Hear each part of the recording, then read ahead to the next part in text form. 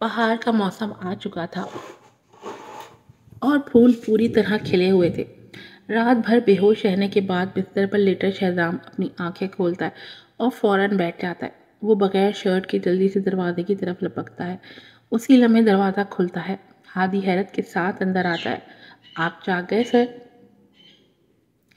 شہزام نے اسے دھکیل دیا اور نیچے کی طرف بڑھ گیا۔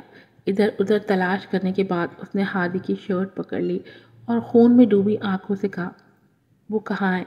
وہ کہاں ہے؟ ہادی ہوش میں آیا۔ صبرین میم؟ وہ چلی گئی ہے نا؟ شہزام نے اس کی بات کاٹ کر دھاڑتے ہوئے کہا۔ اس نے مجھ سے جھوٹ بولا۔ اس نے وعدہ کیا تھا کہ وہ میرے علاج کے دوران میرے ساتھ رہے گی اور میرے لیے روسٹ چکن بنائے گی۔ یہ سب جھوٹ تھا۔ شہزام سر، آپ نے انہیں غلط سمجھا ہے۔ اس خوف سے کہ شہزام دوبارہ بے قابو ہو جائے گا، ہادی نے فوراً کہا، صبرین میم آپ کی جگہ ضمیرہ کی پریس کانفرنس میں شرکت کر رہی ہیں۔ کیا؟ شہزام نے اپنی آنکھیں سکیڑ لیں۔ ڈاکٹر تنویر نے کہا کہ آپ باہر جانے کے لیے فٹ نہیں ہیں، لیکن آپ کے بارے میں مزید اسکینڈل پھیل رہے ہیں اور انہیں روکنا مشکل ہو رہا ہے۔ رپورٹرز نے کل رات سے ہی پریس کانفرنس کے مقام پر ہجوم کر رکھا ہے۔ اسی وجہ سے صبرین میم نے مائکروچپ کی پریس کانفرنس میں آپ کی جگہ شرکت کرنے اور آپ کی حالت واضح کرنے کا فیصلہ کیا۔ شہزام نے غصے سے ہادی کو گھورا۔ کیا کارپوریشن کے اعلیٰ انتظامیہ کے لوگ مر چکے ہیں اور تم نے اسے ان خطرناک رپورٹر سے نمٹنے کے لیے کیسے بھیج دیا؟ نہیں، وہ یہ نہیں سنبھال سکتی، مجھے فوراً وہاں پہنچنا ہوگا۔ شہزام سر، آپ وہاں نہیں جا سکتے۔ ہادی نے اسے روک لیا۔ میرے راستے سے ہٹ جاؤ، تم صرف میرے ماتحت ہو، تمہاری ہمت کیسے ہوئی مجھے روکنے کی؟ شہزام غصے میں آگ بگولا ہو گیا۔ ہادی آپ کو آپ کی بھلائی کے لیے روک رہا ہے۔ تنویر اچانک دروازے سے اندر آیا۔ اس سے پہلے وہ کبھی اتنا سخت نہیں ہوا تھا۔ اپنی حالت دیکھو، تم اچھی طرح جانتے ہو کہ آج کی پریس کانفرنس کے دوران رپورٹرز تم سے سخت سوال کریں گے۔ کیا تم 100% یقین رکھتے ہو کہ تم ان سے متاثر نہیں ہوگے اور اپنا کنٹرول نہیں کھوگے؟ شہزام کا گلا خشک ہو گیا اور اس کی انگلیاں مٹھی میں سختی سے جڑ گئیں۔ اگر تمہاری بیماری کیمروں کے سامنے دوبارہ ظاہر ہو گئی تو ضمیرہ کارپوریشن ختم ہو جائے گی اور تمہاری زندگی بھی برباد ہو جائے گی۔ بس کرو۔ شہزام کی آنکھوں میں سرد چھلک آئی۔ صبرین پر بھروسہ کرو، وہ اتنی کمزور نہیں ہے۔ تنویر نے اپنا فون نکالا اور اس ایپ پر کلک کیا جو براہ راست نشریات دکھا رہی تھی۔ چلو دیکھتے ہیں کہ وہ کیسا کر رہی ہے۔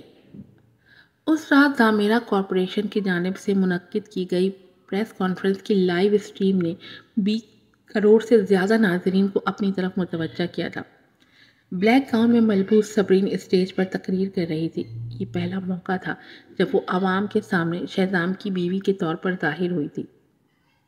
جن لوگوں نے اسے کبھی نہیں دیکھا تھا وہ یہ مانتے تھے کہ وہ ایک بڑی خوبصورت خاتون ہوگی، کیونکہ آسٹریلیا اور پاکستان کے سب سے ذہین شہزام سوری اس سے شدید محبت کرتے تھے۔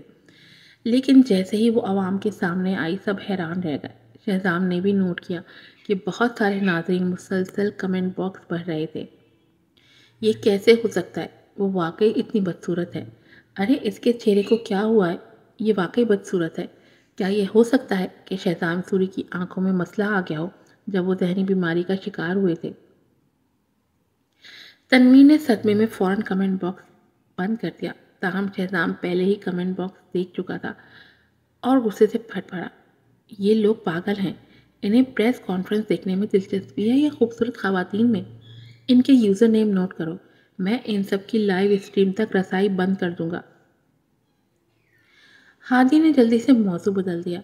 اچھا شہزام سر دیکھیں، صبرین میم نے بولنا شروع کر دیا ہے۔ ماشاءاللہ کتنے بہترین انداز میں سب کر رہی ہیں۔ دیکھیے، شہزام نے اسے غصے سے گھورا۔ اسے ہادی کی یاد دہانی کی ضرورت نہیں تھی کیونکہ وہ خود اپنی آنکھوں سے دیکھ سکتا تھا۔ یہ پہلی بار تھا کہ شہزام نے صبرین کو سب کے سامنے ایسے باوقار انداز میں نمایاں ہوتے دیکھا۔ آج رات کی پریس کانفرنس نے آسٹریلیا کی بہت سی ٹیکنالوجی کمپنیوں کے ساتھ ساتھ غیر ملکی کمپنیوں کی بھی توجہ اپنی جانب مبذول کروا لی تھی۔ پریس کانفرنس کے دوران صبرین نے مائکروفون آرام سے اٹھایا، مائکروفون کو چیک کرنے کے لیے اس پر ہلکی سی ضرب لگائی اور بولنا شروع کیا۔ ہیلو سب کو، میں شہزام سوری کی وائف صبرین یزدانی ہوں۔ میں ظاہرہ کی اوشینک مائکروچپ کے حوالے سے پریس کانفرنس کی میزبانی کر رہی ہوں۔ یہ آسٹریلیا میں تیار کردہ بہترین مائکروچپس کی پہلی کھیپ ہے۔ مائکروچپ کے بانی شہزام سوری کو خود اس پروڈکٹ کا تعارف کروانا تھا، لیکن مسٹر شہزام ذاتی وجوہات کی بنا پر نہیں آ سکے۔ اس سے پہلے کہ وہ اپنی بات مکمل کر پاتی، جوئے فولک فائنینشیل ٹائمز کے ایک رپورٹر نے اس کی تقریر میں مداخلت کرتے ہوئے پوچھا، کیا یہ اس لیے ہے کہ ان کی ذہنی بیماری دوبارہ واپس آ گئی ہے؟ کیا واقعی انہوں نے اس نینی کو قتل کیا ہے جو بچپن سے ان کی دیکھ بھال کر رہی تھی؟ کیا وہ اپنی ذہنی حالت کی وجہ سے جیل جانے سے بچ گئے ہیں، یا یہ ان کے اعلیٰ رتبے اور فیملی کے اثر و رسوخ کی وجہ سے ہے کہ انہیں قید نہیں کیا گیا؟ ایک بار جب رپورٹر نے اس موضوع کو چھیڑ دیا تو دیگر رپورٹرز نے بھی اسی طرح کے سوالات پوچھنے شروع کر دیے۔ ہم نے سنا ہے کہ کل ایک ایمبولینس ان کی والدہ کے ولا گئی تھی۔ کیا ان کی بیماری دوبارہ واپس آ گئی ہے؟ انہیں ابھی تک ذہنی اسپتال کیوں نہیں بھیجا گیا؟ کیا وہ اگلی بار کسی اور کو نقصان نہیں پہنچائیں گے؟ کیا ان جیسے ذہنی مسائل والے لوگ ظاہرہ کو اچھی طرح چلا سکتے ہیں؟ کیا مائکرو چپس میں کوئی مسئلہ ہو سکتا ہے؟ اب جبکہ آپ شہزام کے ساتھ رہ رہی ہیں، کیا آپ کو ڈر نہیں لگتا؟ کیا انہوں نے کبھی آپ کو نقصان پہنچایا؟ شہزام کی نہ صرف آنکھوں میں مسئلہ ہے بلکہ ان کا ذوق بھی برا ہے، ورنہ انہوں نے آپ کو اپنی بیوی کے طور پر کیوں چنا؟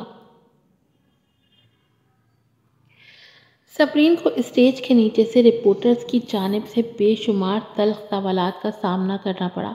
مسلسل کیمروں کی فلیشز نے اس کی آنکھوں کو بھی تکلیف پہنچائی۔ اس کے باوجود اس نے اپنے چہرے پر ایک نرم اور شائستہ مسکراہٹ برقرار رکھی۔ 5 منٹ کے بعد جب رپورٹرز سوالات پوچھ کر تھک گئے اور خاموش ہونے لگے تو صبرین نے اپنے لب کھولے۔ کیا آپ لوگوں نے اپنے سوالات مکمل کر لیے ہیں؟ صبرین کے سوال کے بعد خاموشی چھا گئی۔ خیر، اب میں آخرکار بول سکتی ہوں۔ جہاں تک شہزام کی بیماری کا تعلق ہے، یہ سچ ہے، لیکن اس نے اپنی نینی کو بغیر کسی وجہ کے نقصان نہیں پہنچایا۔ یہ اس میڈیکل رپورٹ کی کاپی ہے جو 8 سال کی عمر میں شہزام سوری کے علاج کے دوران تیار کی گئی تھی۔ اس رپورٹ کے مطابق شہزام سوری کو ڈپریشن اور پوسٹ ٹرامیک یہ پہلے آ گیا، اپنے 3 ڈبے لے گئے۔ شہزام سوری کو ڈپریشن اور post traumatic stress dis order کی تشخیص ہوئی تھی کیونکہ وہ طویل عرصے سے بدسلوکی کا شکار تھا۔ یہ ایک حقیقت ہے کہ وہ اپنی نینی کے ہاتھوں طویل عرصے تک بدسلوکی اور تشدد جھیلتا رہا۔ صبرین نے بیک اسٹیج کی طرف دیکھا اور ایک پرانی ویڈیو مانیٹر پر چلنے لگی۔ ویڈیو میں ایک پولیس آفیسر کو ایک درمیانی عمر کی عورت سے تفتیش کرتے ہوئے دکھایا گیا جس کے بال بکھرے ہوئے تھے اور چہرے پر جھریاں تھیں۔ جب وہ روتا تھا تو تم کیا کرتی تھی؟ میں اس کے کپڑے اتار کر اسے الماری میں بند کر دیتی تھی۔ تم اسے کتنی دیر بند رکھتی تھی؟ عام طور پر 1 سے 2 دن۔ سوری خاندان کو اس کی کوئی پرواہ نہیں تھی، اس لیے کسی کو معلوم نہیں ہوتا تھا۔ 2 دن کھانے کے بغیر رہنے سے وہ مرتا نہیں تھا۔ پولیس افسر غصے میں آ گیا۔ کیا تم یہ سردیوں میں بھی کرتی تھی؟ ہاں، جب مجھے محسوس ہوتا تھا کہ وہ سردی کی وجہ سے بے ہوش ہو جائے گا تو میں فوراً اسے نکالتی اور سوری خاندان سے کہتی کہ وہ کم کپڑے پہننے کی وجہ سے بخار میں مبتلا ہو گیا ہے۔ سوری خاندان میری بات مان لیتا تھا کیونکہ شہزام عام طور پر سب سے دور رہتا تھا۔ سب اسے ناپسند کرنے لگے تھے۔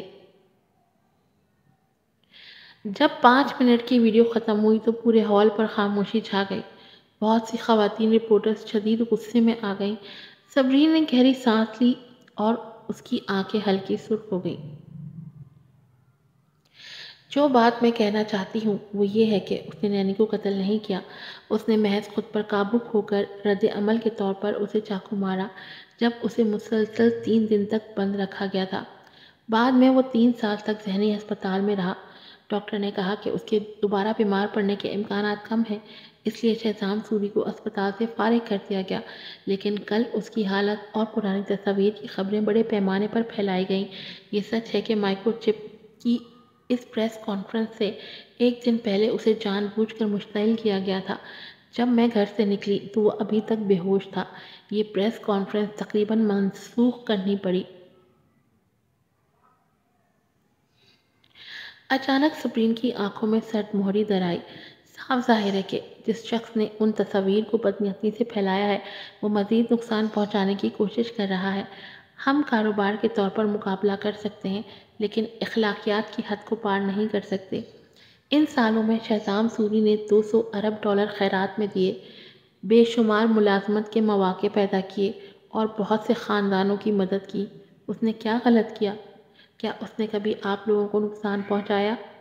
پریس کانفرنس میں موجود تمام لوگ خاموش ہو گئے۔ آخر کار ایک رپورٹر نے معذرت کی۔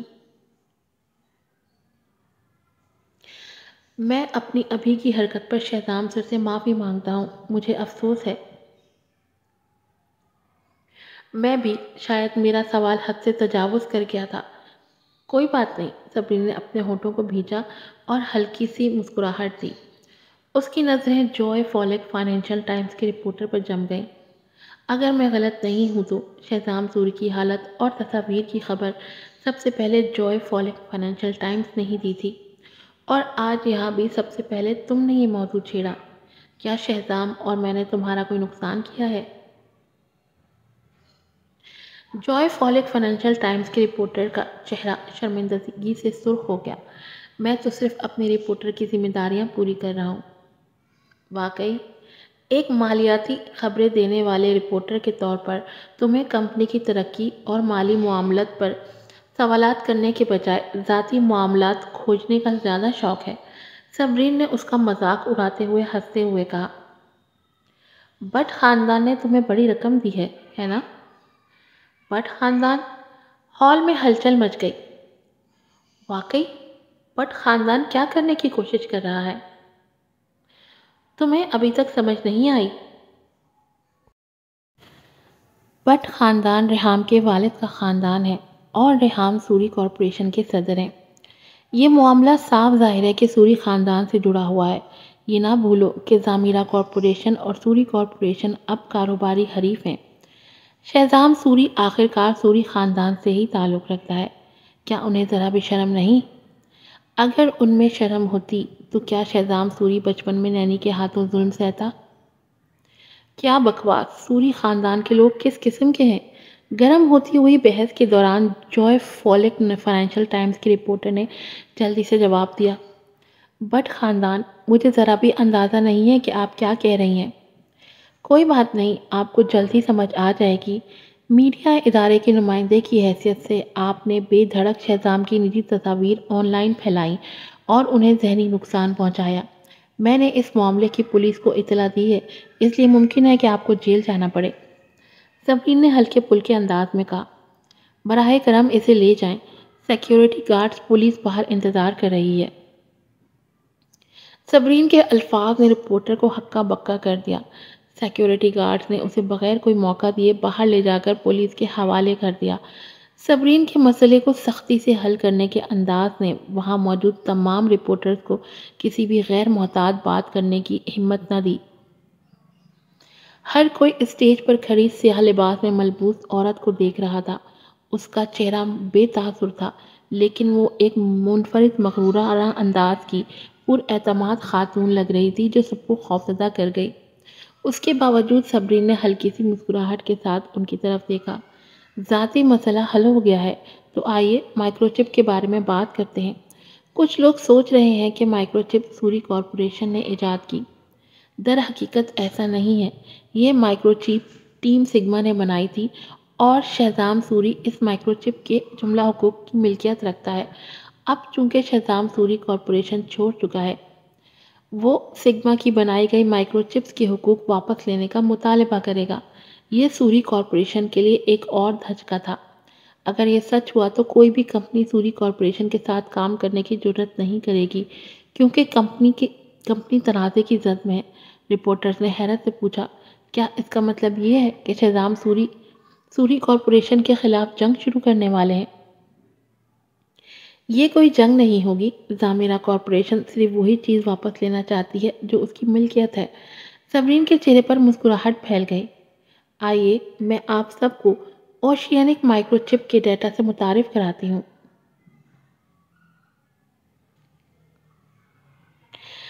ساحل کے قریب ولا میں شہزام لائیو اسٹریم کے ذریعے اس پر اعتماد اور حسین عورت کو دیکھ رہا تھا جو بول رہی تھی۔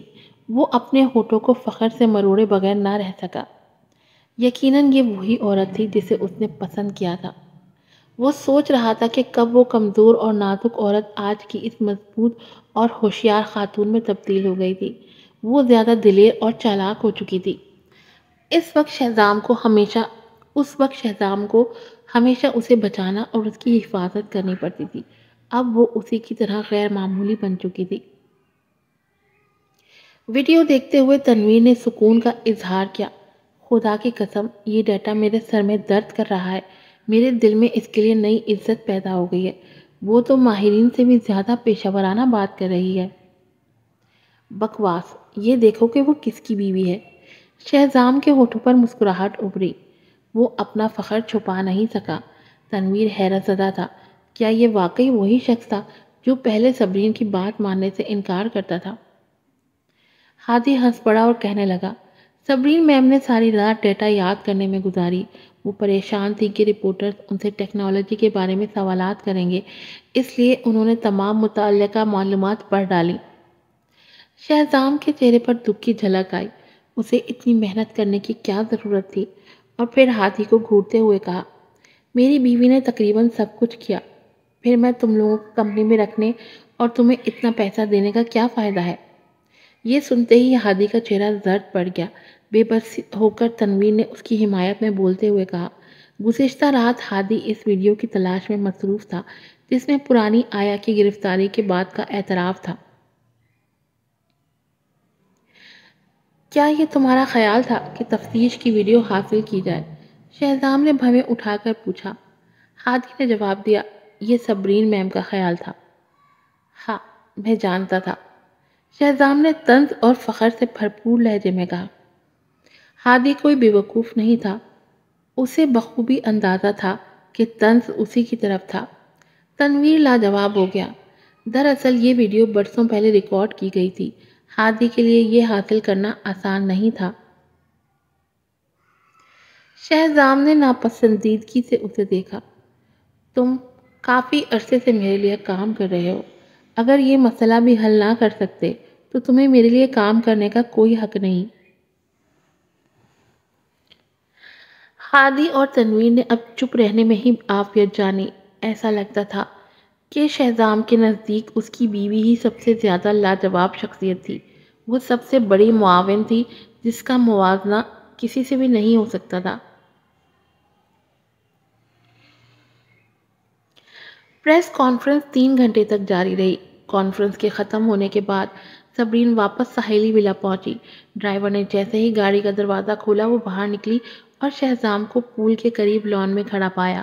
اس نے نرم آرام دہ پینٹ اور ایک شرٹ پہن رکھی تھی جو عام طور پر پینٹ میں ٹک ان ہوتی ہے، لیکن اس وقت آزادانہ انداز میں تھی۔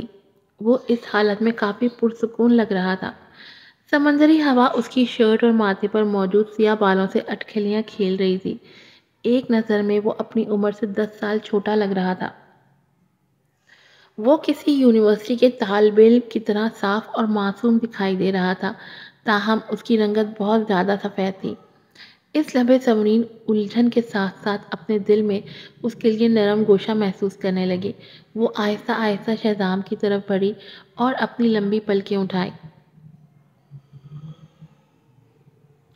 سوری کہ میں نے پبلک میں تمہاری بیماری کا ذکر کیا۔ کیا تم مجھ سے ناراض ہو؟ شہزام نے اپنا ہاتھ اس کے بالوں پر پھیرتے ہوئے اسے گلے لگا لیا۔ تم مزید شاندار ہو گئی ہو مائی وائفی۔ کیا تم ناراض نہیں ہو؟ صبرین حیرت زدہ ہو گئی۔ میں نے سوچا تھا کہ تمہیں اپنی بیماری کے بارے میں دوسروں کو بتانے پر اعتراض ہوگا۔ مجھے کوئی اعتراض نہیں ہوگا جب تک تم میرے ساتھ رہو۔ شہزام نے اس کے چہرے کو اپنے ہاتھوں میں تھام لیا۔ اور اپنی سیاہ آنکھوں سے اس پر نظریں جمائی۔ کیا تم واقعی میرے علاج کے دوران میرے ساتھ رہنے کے لیے تیار ہو؟ ہاں، صبرین نے پرعزم انداز میں سر ہلایا، لیکن مجھے یقین نہیں ہے کہ میں اپنی بیماری سے کب ٹھیک ہوں گا۔ شاید یہ کبھی ٹھیک نہ ہو۔ اس کے علاوہ میں نے تمہیں نقصان پہنچایا ہے۔ مجھے ڈر ہے کہ میں کبھی کبھی خود پر قابو کھو بیٹھوں گا۔ شہزام کی آنکھوں میں بے چینی اور اداسی جھلک رہی تھی۔ شہزام، جب تک تم اپنی بیماری کا علاج کروانے کے لیے تیار ہو، میں تمہارا ساتھ نہیں چھوڑوں گی، صبرین نے اپنے ہونٹ کاٹتے ہوئے پختہ لہجے میں کہا۔ چلو بیبی کا بھی سوچتے ہیں۔ شہزام حیرت زدہ رہ گیا۔ لیکن تم پہلے ایسا نہیں چاہتی تھی۔ میں نے تمہاری کنڈیشن کے سلسلے میں ڈاکٹر تنویر سے بات کی ہے۔ شہزام، تمہارے دل میں اپنے خاندان کی خواہش ہے۔ ہمارے خاندان کو مکمل کرنے کے لیے ایک بچے کی ضرورت ہے، صبرین نے نرمی سے اس کی طرف دیکھتے ہوئے کہا۔ مجھے یقین ہے کہ ہم اپنی اولاد کے بعد تمہارے بچپن کی دردناک یادوں کو آہستہ آہستہ بھول جائیں گے۔ شکریہ میری جان۔ شہزام نے صبرین کو خود میں بھیجتے ہوئے گلے لگایا اور اس کی آنکھیں سکڑ گئیں۔ تو کیا ابھی جا کر خاندان بڑھانے کی کوشش کریں؟ شرمندگی سے لال ہوتے ہوئے صبرین نے اسے کمر پر چٹکی کاٹی۔ یہ دن کا وقت ہے۔ تم کتنے بے حیا ہو۔ مجھے ابھی لنچ بھی نہیں ملا۔ راستہ چھوڑو۔ تو لنچ کے بعد کریں گے۔ شہزام، تم بات آؤ گے؟ میں نے ساری رات ڈیٹا یاد کرنے میں گزاری ہے۔ میں تھک چکی ہوں۔ صبرین نے مصنوعی غصے کا مظاہرہ کرتے ہوئے اسے گھورا۔ میں تمہاری محنت کی قدر کرتا ہوں میری جان، شہزام نے ہمدردی سے کہا۔ صرف کہنے سے کوئی فائدہ نہیں۔ میرے لنچ کے بعد میرے کندھے دبا دینا۔ صبرین نے ولا میں داخل ہوتے وقت حکم دیا۔ تم نے ابھی کیا کہا؟ شہزام کو یقین نہیں آیا کہ اس نے صحیح سنا تھا۔ یہ عورت کس قدر جرأت مندانہ ہو گئی تھی کہ اسے حکم دے رہی تھی۔ کیا تم یہ میرے لیے نہیں کرو گے؟ صبرین نے اسے سخت نظروں سے دیکھا۔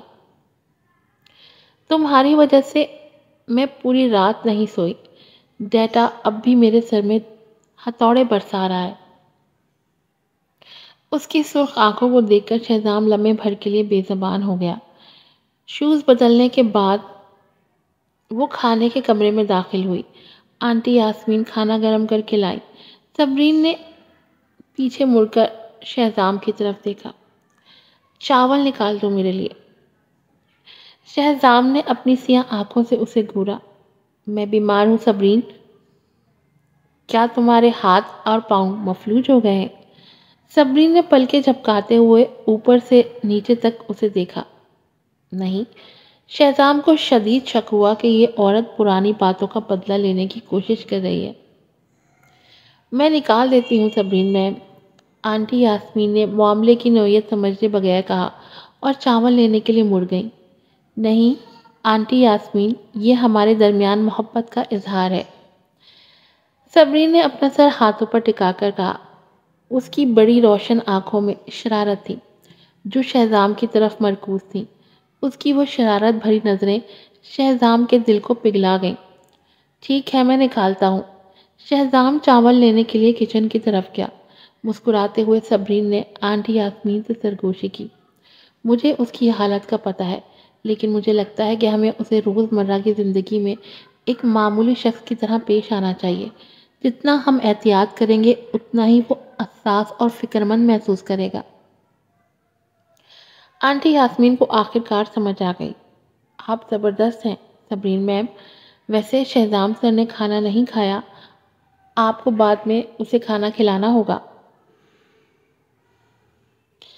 جلد ہی شہزام ایک باؤل چاول لے آیا۔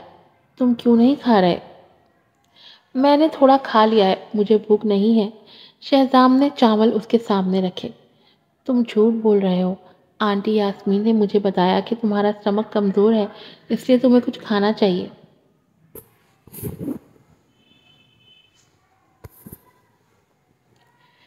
صبرین نے اسے مجبور کر کے بٹھایا۔ تمہیں کچھ نہ کچھ کھانا پڑے گا۔ میرا کھانے کا دل نہیں کر رہا۔ میں تمہیں کھلاؤں گی۔ صبرین نے گوشت کا چھوٹا پیس اٹھایا اور اس کے منہ میں رکھا۔ اسے آج گوشت کا ذائقہ اچھا نہیں لگ رہا تھا، جب ہی کھانا ادھورا چھوڑ دیا تھا، لیکن اب یہ اچانک اتنا مزیدار کیوں لگ رہا تھا؟ ایک اور بھی کھلاؤ، اس نے اسے حکم دیا۔ خود ہی کھانے کی کوشش کرو۔ صبرین نے چمچ اس کے ہاتھ میں پکڑایا۔ نہیں، میرا دل نہیں کر رہا۔ شہزام نے نظریں چرا کر منہ بنایا جیسے بے چین سا ہو۔ صبرین بے بس ہو گئی۔ کیا اس لیے تھا کہ جو کھانا اس نے اسے کھلایا تھا اس کا ذائقہ مختلف لگ رہا تھا؟ کسی صورت میں اسے بھوکا نہیں رہنے دیا جا سکتا تھا۔ کوئی اور آپشن نہ پاتے ہوئے صبرین نے اسے کھانا کھلایا اور خود بھی کھانا کھانے لگی۔ یہ جانے بغیر شہزام نے 2 پلیٹ چاول کھا لیے، جبکہ صبرین نے صرف 1 پلیٹ ہی کھایا۔ آنٹی یاسمین کے چہرے پر حیرت کا تاثر تھا۔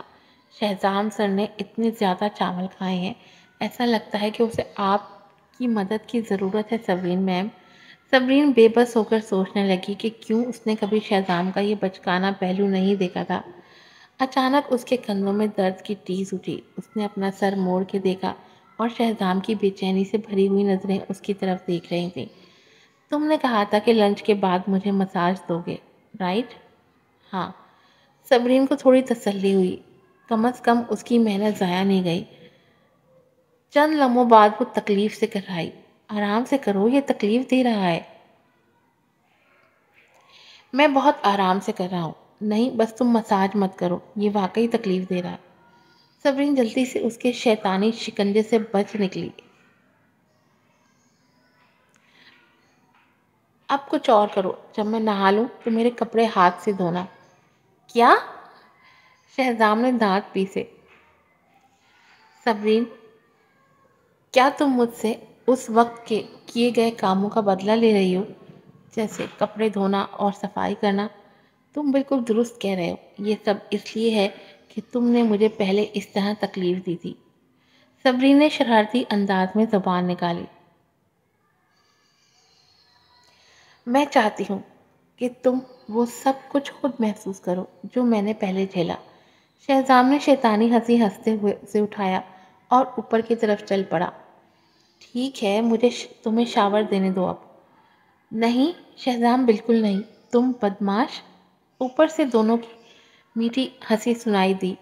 اس کے ساتھ ہی آنٹی یاسمین کو سکون محسوس ہوا۔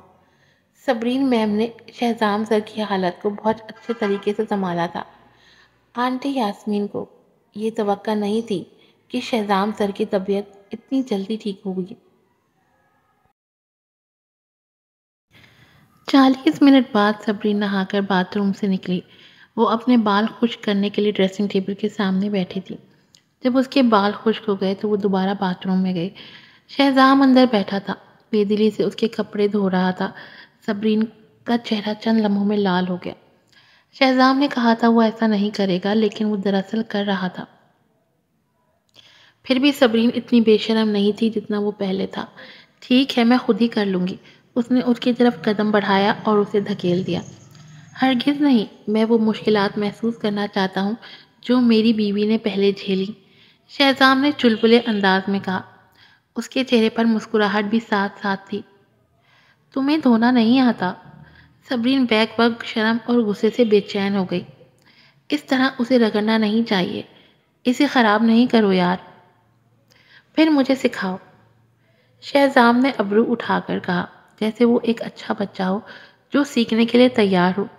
جلدی کرو۔ شہزام نے اس کی طرف دیکھتے ہوئے کہا۔ مجبور ہو کر صبرین اس کے قریب بیٹھی اور اس کی مدد کرنے لگی۔ اندر سے باہر تک رگڑو۔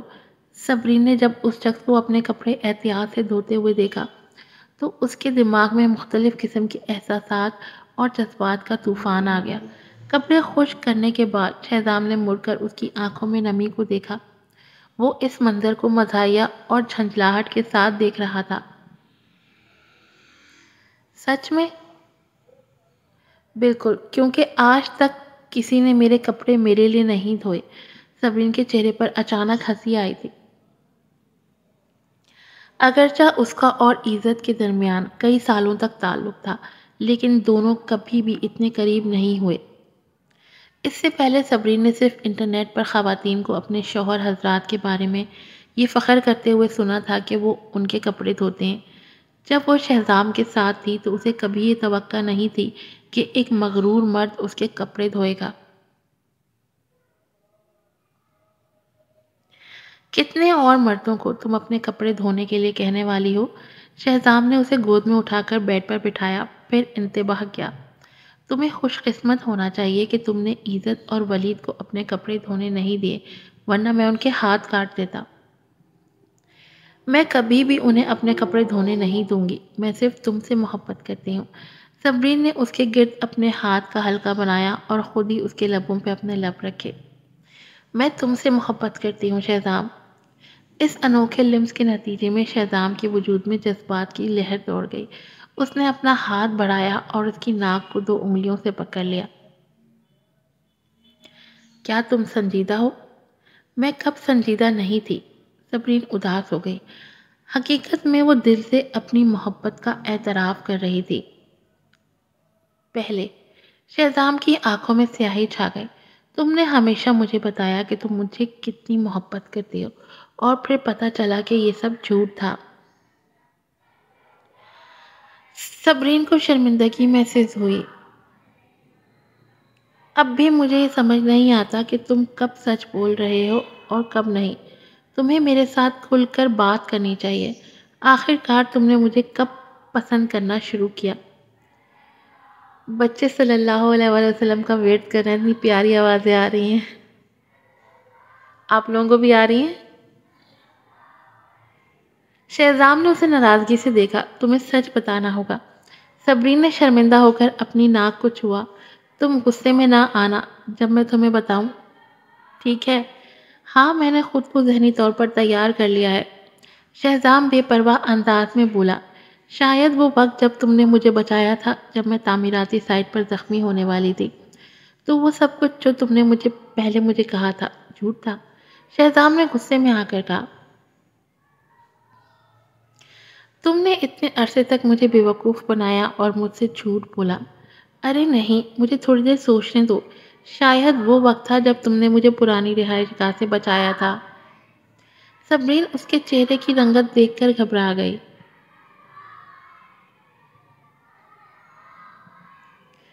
اوہ نہیں، شاید وہ وقت تھا جب تم نے ہوٹل میں گھس کر مجھے بچایا تھا، جب میں نشے کی حالت میں تھی۔ آخر کار کب تھا؟ شہزام اب اپنا صبر کھو چکا تھا اور غصے میں آ گیا تھا۔ تم میرے مرض کو مزید مت بڑھاؤ۔ صبرین نے فوراً اس کے وجود کے گرد اپنے ہاتھ لپیٹ لیے۔ مجھے خود بھی نہیں پتا، شاید میری تم سے محبت ایسی ہے جیسے کسی فلم کا اقتباس ہو۔ جب تمہیں یہ احساس ہو کہ تم اپنی باقی کی زندگی کسی کے ساتھ گزارنا چاہتے ہو، تو تم چاہتے ہو کہ تمہاری باقی کی زندگی جتنی جلدی ہو شروع ہو جائے۔ شہزام مسکرا کر بولا، زبردست کام کیا ہے۔ تم نے رومانوی فلموں سے کافی سارے اقوال سیکھے ہیں۔ کیا جب ہم پہلی بار ملے تھے تم نے مجھے فلرٹ کرتے ہوئے یہ کہا تھا، میں بے حد خوش ہوں کیونکہ اب میں اپنی زندگی کی محبت سے ملاقات کی ہے۔ بتاؤ اور کیا جانتی ہو؟ اب اس کا اطلاق کر کے دکھاؤ۔ اس کے مذاق بھرے الفاظ کی وجہ سے صبرین خاموش ہو گئی۔ آخر کار وہ بے بسی محسوس ہوئی اور شرما کر اس نے اس کی گردن کے گرد ہاتھ ڈالے۔ معاف کرنا مائی ڈیئر ہسبینڈ، ویسے میں اس وقت جھوٹ نہیں بول رہی۔ جب تم مجھ سے پوچھ رہے ہو کہ میں کب تم سے محبت کرنے لگی تھی تو میں واقعی کسی خاص لمحے کو نہیں بتا سکتی۔ یہ شاید ان دنوں میں سے کوئی وقت تھا جب ہم ساتھ وقت گزارتے تھے، یا پھر وہ لمحے جب تم نے مجھے بار بار بہادری سے بچایا۔ جب تک مجھے احساس ہوا میں تم سے محبت کر چکی تھی۔ اس کے الفاظ نے شہزام کا دل پگھلا دیا۔ واقعی؟ ہاں، دراصل جب میں نے تم سے پہلی بار ملاقات کی تھی تو میں نے سوچا تھا کہ تم میری زندگی کے سب سے خوبصورت مرد ہو، لیکن تمہاری شخصیت کچھ خاص نہیں تھی۔ تم ہمیشہ مجھے بے پرواہی سے ٹریٹ کرتے تھے اور کئی بار مجھے غصے میں رلا دیا تھا، ورنہ میں تم سے بہت پہلے محبت کر چکی ہوتی۔ دراصل تم سے محبت کرنا بہت آسان تھا۔ صبرین نے اس کے دلکش گالوں کو چھوا۔ اس کا چہرہ اس کی آنکھوں میں منعکس ہو رہا تھا۔ شہزام نے بے ساختہ اس کے لبوں کو اپنے لبوں سے قید کر لیا تھا۔ تم کتنی اچھی ہو مردوں سے فلرٹ کرنے میں. کتنے مردوں کے ساتھ تم نے پہلے فلرٹ کیا؟ صرف تمہارے ساتھ، اور تمہارے ساتھ ہی ہمیشہ رہوں گی. صبری نے بے ساختہ اسے گلے لگا لیا. اچھا، تم مجھے ایسا محسوس کراتی ہو کہ میرا دل کرتا ہے کہ ہم اپنی فیملی بنائیں. صبرین کا چہرہ سرخ ہو گیا جب وہ یہ فیصلہ کرنے میں ہچکچاہٹ محسوس کر رہی تھی کہ ہاں کہے یا نہیں. اچانک شہزام کا فون بجنے لگا. فون پر نظر ڈالتے ہوئے اس نے اپنی پیشانی پر شکن ڈالی اور اسے کان کے قریب لے جا کر سنا. مسٹر سوری کی غصے بھری آواز سنائی دی. گدھے، اپنی بیوی پر نظر رکھ.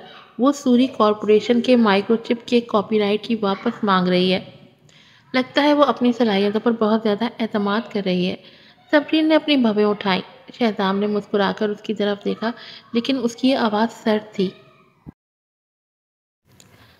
میں اپنی بیوی سے متفق ہوں. شہزام، کیا تم میرے خون کا دباؤ بڑھانا چاہتے ہو؟ مسٹر سوری کی آواز کانپ رہی تھی. نانا جان، میں شروع میں اتنے بے رحم طریقے سے عمل نہیں کرنا چاہتا تھا، مگر آپ لوگ بہت ظالم ہیں. شہزام نے بے پرواہ انداز میں جواب دیا. شہزام، میں نے کبھی تم پر ان تصویروں سے حملہ کرنے کا نہیں سوچا تھا. آخرکار تم سوری خاندان کے نواسے ہو. مسٹر سوری کی آواز میں مایوسی تھی. تمہیں میرے طریقے معلوم ہونے چاہیے. اگرچہ میں کمینے طریقے سے عمل کر رہا ہوتا ہوں، تب بھی میں اسے کھلے طور پر کرتا. میں ایسی بے شرم چالوں کا استعمال نہیں کرتا.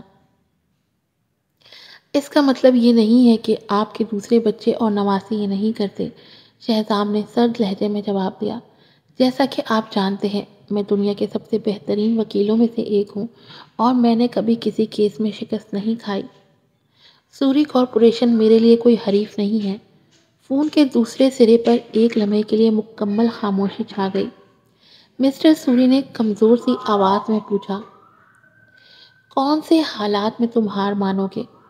اپنی شرائط بتاؤ. یہ آسان ہے. میں صرف آپ کی اتھارٹی اور حیثیت چاہتا ہوں. میں چاہتا ہوں کہ مستقبل میں سوری کارپوریشن کا ہر فیصلہ میں کروں. اس کے علاوہ میری شادی اور بیوی سے دور رہیں. شہزام نے بے پرواہی سے کہا. مجھے یقین ہے کہ آپ پہلے ہی جانتے ہوگے کہ ضمیرہ کارپوریشن کے مائکرو چپ نے صرف 3 گھنٹوں میں دنیا بھر میں 500 ارب ڈالر کی فروخت کی ہے. اس کے علاوہ ہم نے کئی غیر ملکی کمپنیوں کے ساتھ معاہدہ کیا ہے. اگر سوری کارپوریشن کے پاس اوشینک مائکرو چپ کا کاپی رائٹ نہ ہو تو اسے دنیا بھر میں اپنے الیکٹرانک کاروبار کو بند کرنا پڑے گا. آپ کو نیا ٹیم بھرتی کرنا ہوگا تاکہ مائکرو چپ تیار کی جا سکے، اور یہ کم از کم 2 سال لے گا. 2 سال بعد کیا سوری کارپوریشن کو کینبرا میں ابھی بھی جگہ ملے گی؟ کافی دیر تک مسٹر سوری کی طرف سے کوئی جواب نہیں آیا. سوری کارپوریشن مختلف شعبوں میں ملوث تھا، بشمول مالیات، انشورنس اور الیکٹرانکس. تاہم شدید مقابلے کی وجہ سے اس کا صرف 20% مارکیٹ پر قبضہ تھا. اس کے علاوہ ریحام اور علینا جیسے لوگ محدود صلاحیتوں کے حامل تھے. دوسری خاندانیں 6 ماہ میں ہی سوری خاندان کو پیچھے چھوڑ دیں گی. 2 سال میں تو وہ سوری خاندان کو مارکیٹ سے آؤٹ ہی کر دیں گے. اگر آپ میری ماں کا انتظار کر رہے ہیں. شہزام اچانک ہنستے ہوئے بولا. مسٹر سوری، اگر آپ دیکھیں تو کیا آپ نہیں سمجھتے کہ ریحام اور اس کی ماں نے بٹ خاندان کے ساتھ بہت زیادہ فیور کیا؟ 20 سال پہلے بٹ خاندان کی جائیداد صرف 10 ملین ڈالر کی تھی. اب وہ موجودہ جائیداد کے ساتھ آسٹریلیا کے 3 امیر ترین خاندانوں میں شامل ہیں. میری ماں نے تو اپنی کمپنی کے پروموشن میں اتنی ترقی نہیں کی. 3 بڑے خاندان، یہ بہت غیر متوقع ہے. مسٹر سوری حیرت زدہ ہو گئے.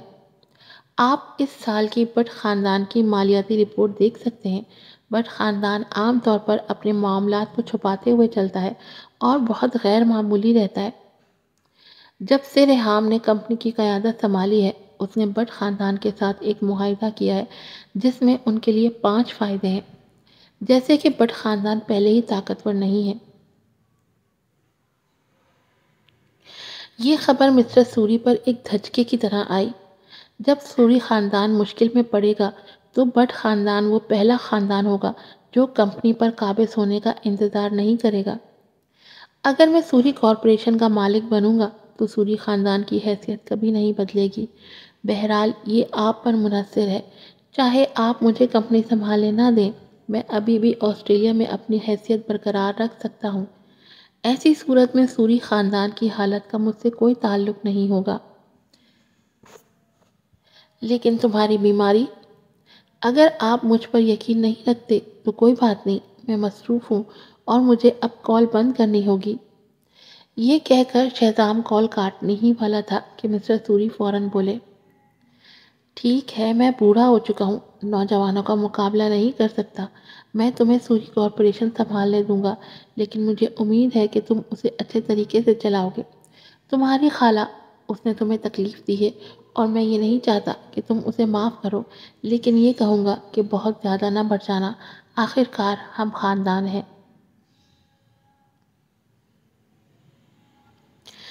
دادا جان، میں ہمیشہ آنکھ کے بدلے آنکھ اور دانت کے بدلے دانت کے اصول پر قائم رہتا ہوں۔ اب آپ میرے ساتھ بات چیت کرنے کی پوزیشن میں نہیں ہیں۔ شہزام نے کال ختم کر دی اور اس کی آنکھ میں لامحدود بے حسی چھلکنے لگی۔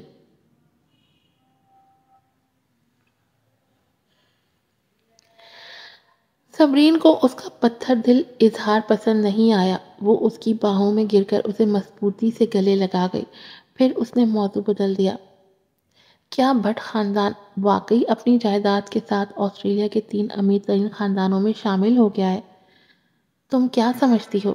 اس کی آنکھوں کی بے حسی آہستہ آہستہ مان پڑی اور اس کی جگہ نرمی نے لے لی۔ یہ بہت غیر یقینی ہے۔ بٹ خاندان ہمیشہ خاموش رہا ہے۔ مجھے لگتا تھا کہ لاشاری خاندان یا اسنو خاندان ہو سکتا ہے جو 3 امیر ترین خاندانوں میں شامل ہوگا۔ ہاں، بٹ خاندان نے بہت اچھے طریقے سے اپنے آپ کو چھپایا ہے۔ اگر کیہان کی شاندار منگنی نہ ہوتی تو میں کبھی اس کے خاندان کے پس منظر کی تحقیقات نہ کرتا۔ شہزام نے سوچتے ہوئے کہا، بٹ خاندان بہت پیچیدہ ہے۔ مجھے ڈر ہے کہ میرا سوتیلا والد اتنا سادہ نہیں جتنا وہ لگتا ہے۔ صبرین حیران ہو گئی۔ میں نے آفتاب رضا کو 2 بار دیکھا ہے۔ وہ مجھے نرم مزاج اور دوستانہ لگتا ہے۔ افواہیں ہیں کہ وہ صرف آرٹ اور موسیقی میں دلچسپی رکھتا ہے اور اپنے خاندان کی جائیداد اور اختیارات میں بالکل دلچسپی نہیں رکھتا۔ میں بھی پہلے ایسے ہی سوچتا تھا، مگر بٹ خاندان اس حالت میں کیسے پہنچا؟ اگر وہ اس میں دلچسپی نہیں رکھتا تھا، میرا خیال ہے کہ وہ ہماری توجہ ہٹانے کی کوشش کر رہا ہے۔ شہزام نے گہری سوچ میں ڈوبتے ہوئے کہا۔ صبرین کے ذہن میں ایک خیال آیا، چونکہ بٹ خاندان ہی وہ تھا جس نے تمہیں ان تصویروں کے ذریعے پھنسایا، کیا اس معاملے کا تعلق آفتاب رضا سے ہو سکتا ہے؟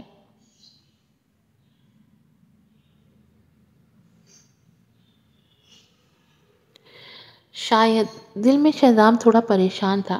اس نے سر جھکایا اور فوراً اس کے لبوں پہ اپنے لب رکھ کے گہری سانس لی۔ اب میں ساری پریشانیوں کو پیچھے چھوڑ دیتا ہوں۔ چلو کچھ انجوائے کرتے ہیں۔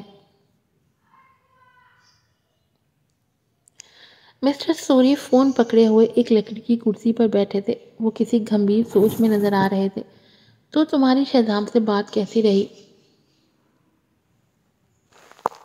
مسز سوری نے ان کے لیے کافی کپ میں انڈیلتے ہوئے پوچھا۔ دراصل اس پر بحث کرنے کا کوئی فائدہ نہیں ہے۔ وہ آخرکار سوری خاندان کا رکن ہے۔ جب میں نے 20 سال پہلے کی تفتیش کی ویڈیو میں دیکھا تو مجھے دکھ ہوا۔ بہرحال ہم نے اس کے ساتھ بہت زیادتی کی ہے، اور پھر یہ ہماری اپنی ہی فیملی تھی جس نے وہ تصویریں رپورٹر کو دی تھی۔ تمہیں لگتا ہے یہ کس نے کیا؟ مسٹر سوری نے اچانک سوال کیا۔ پریس کانفرنس کے دوران صبرین نے کہا تھا کہ یہ بٹ خاندان نے کیا، تو میرا خیال ہے کہ یہ ریحام تھا۔ مسز سوری نے مایوسی کے ساتھ آہ بھری، جبکہ مسٹر سوری انہیں دیکھ کر رہ گئے۔ آج کی ایپیسوڈ یہیں پر ختم ہوتی ہے۔ پھر ملوں گی آپ لوگوں سے ایک نئی ایپیسوڈ کے ساتھ۔ السلام علیکم۔